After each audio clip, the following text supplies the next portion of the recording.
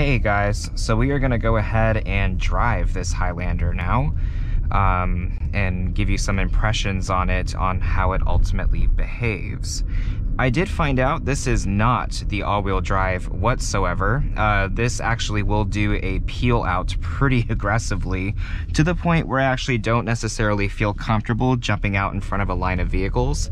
In Laredo, it actually is customary to do so, so it's one of those things where you kind of just got to do it, but at the same time, you don't want to do it because you feel like you're going to be T-boned.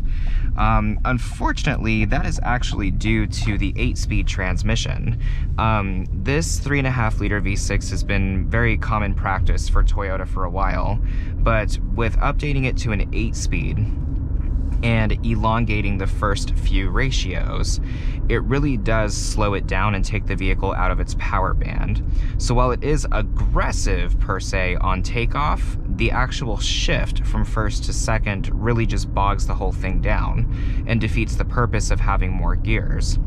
However, this does shine on the highway, and one thing I will say is the 8 speeds really help in that respect, but you're not really going to notice the benefits of this transmission, or at least the purpose of it, until you get into those higher ratios.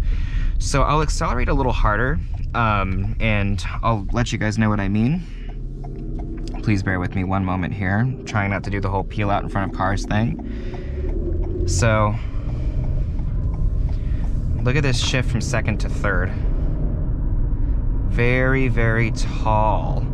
And so now we're gonna shift up a few gears, basically getting it into its higher ratios. And while it's a good thing that it does that, but you really don't notice the benefits and really the purpose of this transmission until you get into the highway or those higher speeds. I will say though, this thing has been an absolute gem on gas. I drove from San Antonio to here in Laredo, Texas.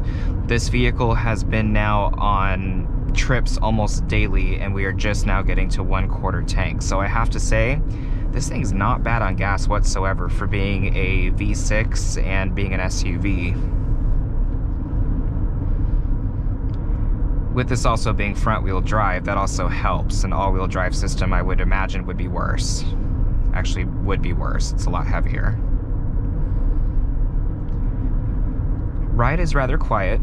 One thing I did notice is by the A-pillar, there actually is some wind noise. I don't know if that's just because it's a rental and someone's beaten it to hell, or if it's something that's actually design related, but there is some wind noise that I do notice by the door, so it's one thing that I could complain about, but it's so minor.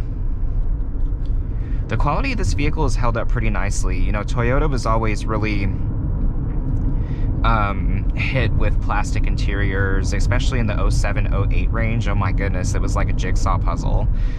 So I really like the fact that they did clean up their interiors rather nicely. I like the way the gauges flow. It's really nice and very modern.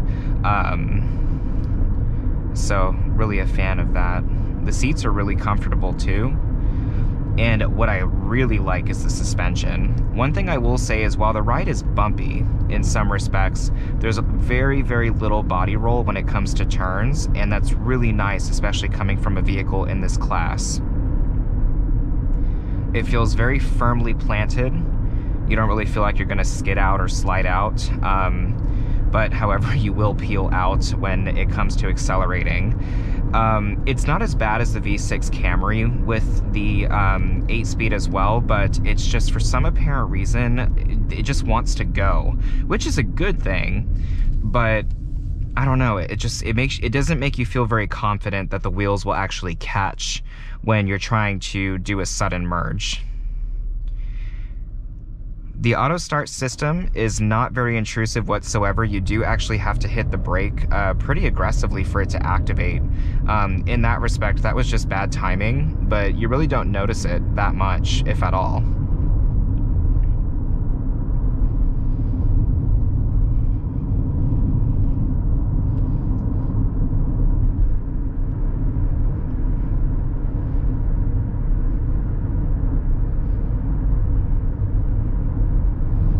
RPMs stay really low. This is where the 8-speed really shines, is these really low, steady RPMs. I really like the fact that this is not a CVT. I know Toyota's electronically variable CVTs really do not have much of an issue, if at all. I mean, you see them all over the place and with rarely any failures, but still, and this is for hybrids, of course. I know that the regular models use the belted CVT. But I really will say I'm really glad this is not a CVT. It makes the ride so much more enjoyable. I know the Highlander hybrid will, of course, have a CVT, but I really like the fact that Toyota didn't decide to do what Subaru did, even though Toyota owns like 40% of Subaru. But I'm really glad they didn't do something like they did to the Ascent, where the vehicle is a CVT, but it's huge. I understand the practice of it, but it just takes away the driving experience completely. But as you guys notice, I mean, that first gear is pretty aggressive, but it just doesn't feel like it wants to take, I mean, it feels like it wants to go, it just doesn't jump forward. Like, it really, the 6-speed fares better when it comes to actually utilizing the gears effectively. The takeoff in a 6-speed, I feel, is much better. It also, bringing up the RPMs as high as it does sometimes, it is rather annoying, because it's like, that's not the purpose of adding more gears, it's to lower them. But the first few gears in this, they really do get up there in RPMs. But then afterwards, you know, the highway drive it keeps the RPMs really low. I mean, that's why Toyota did this, is to gear it for fuel economy, and I get it. And I really like the fact, you know, this is one thing I will say, I do like the fact that they put the shorter gears at the higher end, you know, 6th, 7th, and 8th, because when you need to downshift on the highway, you very, if at all, you barely notice it. And so it's very subtle. It's one of those things where the downshift is not intrusive whatsoever, and it's still a comfortable highway drive. So I really do like that. I'll accelerate a little harder once I get onto the highway. I'm gonna go ahead and actually attempt to get on the highway and do this right, because silly me decided to try this, and I totally took a wrong turn. So that was fun. Coming off of a turn though, really, really, really smooth. There's really no, again, there's no body roll whatsoever. It feels just very stable. Also, when you come back on the accelerator, it still feels fine in regards to the behavior of the gearbox. You don't really notice that it's gonna struggle, and so I do like that. That's actually something that I'm really a fan of.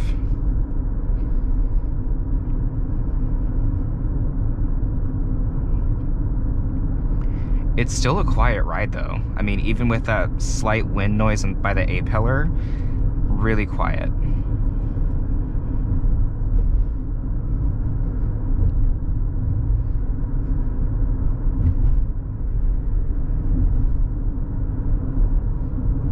The space in here has also been rather enjoyable. But one thing I will say is someone definitely took this vehicle to a curb. The alignment on it is so off. I'm holding the wheel dead center and the road crown is so far over to the right. This thing should be really just like that, but it's not.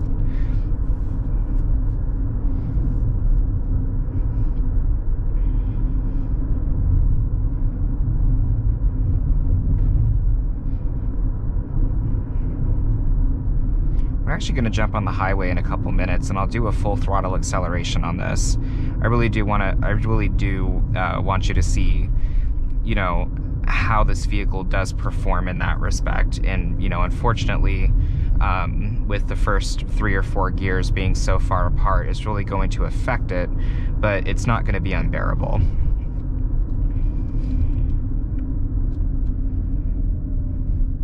And I have to say, I mean, I know I said this earlier, it's really held up with all the abuse. This vehicle has almost 52,000 miles on it already, and it's a 2020. I mean, that's insane. We'll go ahead and give you an example of the auto start-stop system. It's a little quiet, but it's not something that is unbearable.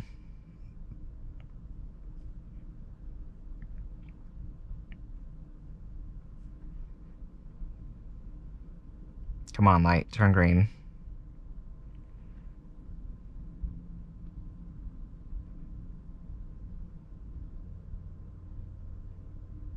Really, right now?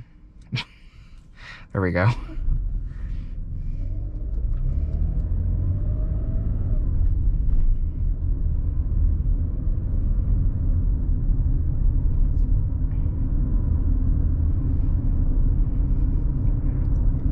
Alright, so what I'll do is I'll give a little bit of room for the car in front of me, and then we'll jump on the highway.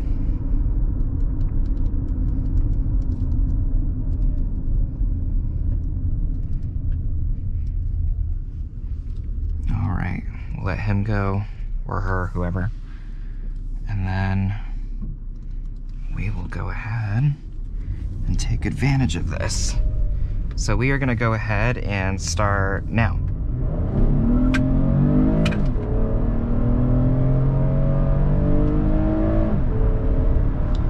So really, really nice when you take off. God, I love the way that the 3.5 liter V6 sounds though. I mean, it is amazing. It's just, unfortunately the gears are so tall, but it really does a good job. It still takes off nicely. I mean, it's not fast, but it pulls, if that makes sense. It's very difficult to explain. Actually, I may still want to go straight. So that was acceleration 1. Let's try this again. We'll be like more like a normal person now.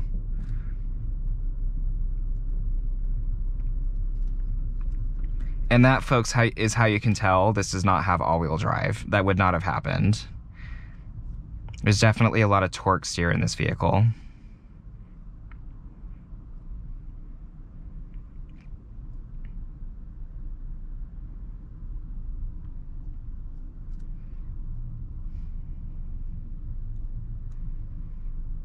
And one thing I will say is lights in Laredo take forever.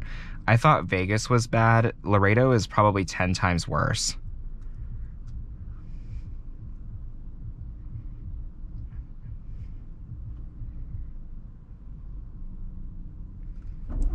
There we go. See, it's not really that intrusive with the auto start stop system. Alright, so let's get this thing on the highway and show you where this really shines, because I'll tell you, this is why this 8-speed is designed the way it is. So for one, if you notice, the gears are getting shorter because we are getting into those higher ratios. And now, I mean, watch just how nicely this thing drives afterwards. So, of course, there's anticipation. You're gonna have to climb hills. You're gonna have to do a lot of different things with this vehicle on the highway, or even, you know, in the mountains per se. So as we're going into those higher ratios, you notice lower or a smaller amount of increments between shifts when it comes to shift recovery. So we're now in 8th gear. Now let's say, for example, you know, this hill that I have up here, I just need to downshift a little bit. That was the most subtle downshift, I mean, like, ever. You don't notice it very much. The vehicle is not being intrusive. It's supporting your comfort in that respect. So as you can see here, this is where the 8-speed really does shine, is on these highway speeds. So it's one of those things where, you know, you can complain about it, which I know it sounds like I've been doing, and it's not very good with performance, but when it comes to the actual cruise of the vehicle, this is where it's at. This is one of those things where the transmission shines in that specific respect.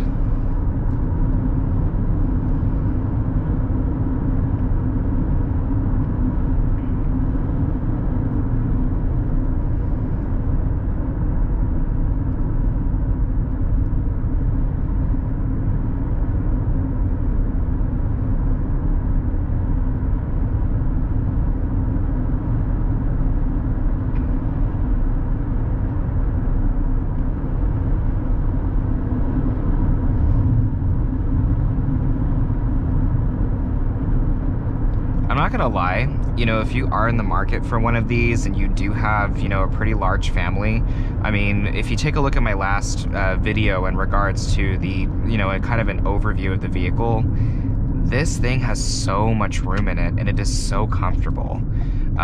You know, normally with cars, I'm not really a fan of huge vehicles, but the way I'm driving this, it doesn't feel enormous at all. It feels pretty just normal sized, but it feels nice. It doesn't feel like it's intrusive by any means. It doesn't feel like you're driving a boat. It feels good, you know, and that's one thing I do like about these newer SUVs that are coming out, is they don't feel enormous. Like, compared with my parents' Expedition, this thing is not necessarily as big, but it just, I don't know, I can't really explain it. I mean, it's still a larger SUV, but it doesn't feel like it by any means. So I really like that, and you know, it's really something that, you know, a lot of SUV makers or car makers or whoever, they're really getting it right in that respect. And I really like the fact that there's not a lot of body roll in this vehicle. I mean, it's just, they really built a really good Highlander with this generation. Are there some quality issues that I have with it, like such as the exterior? Yeah, but I also can't really accurately evaluate that because people beat the crap out of rental cars.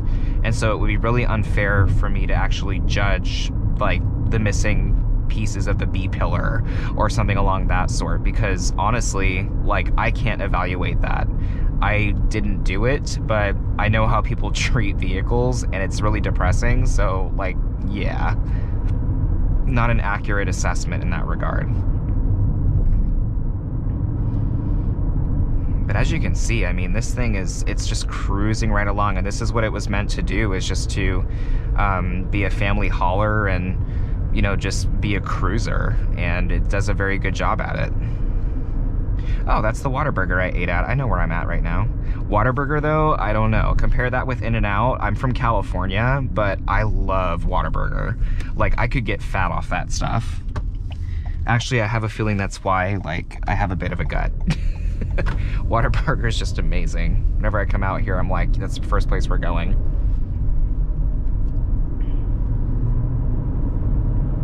It's just those taller ratios, and then it smooths out. And you know what's really nice though is I don't really feel like this thing needs more power. It feels really adequate, which is something that, you know, you can't really say for a lot of automakers right now. It's just they are either underpowering them or, you know, super turboing them, for example, like the Honda Accord 2.0. I mean, I'm not even gonna complain. That's a really nice engine and I love what it does. But I mean, if you got to think about it, it's like, man, you step on the gas and that thing is like flying. This one, it doesn't feel like that, but I do just wish the ratios were a little shorter. And this is my second attempt recording this video because the first one I got lost. So I didn't want to put that on here. I was kind of embarrassed. But then again too, it's like, I'm from Vegas. Everything is a grid system. This is the whole next level. Like, what the heck? Like, I'll go down a street and I'm like, that's not right. But anywho, folks, we are back where we started, and I do want to wish you guys a wonderful night, and thanks for watching, and we'll see each other soon.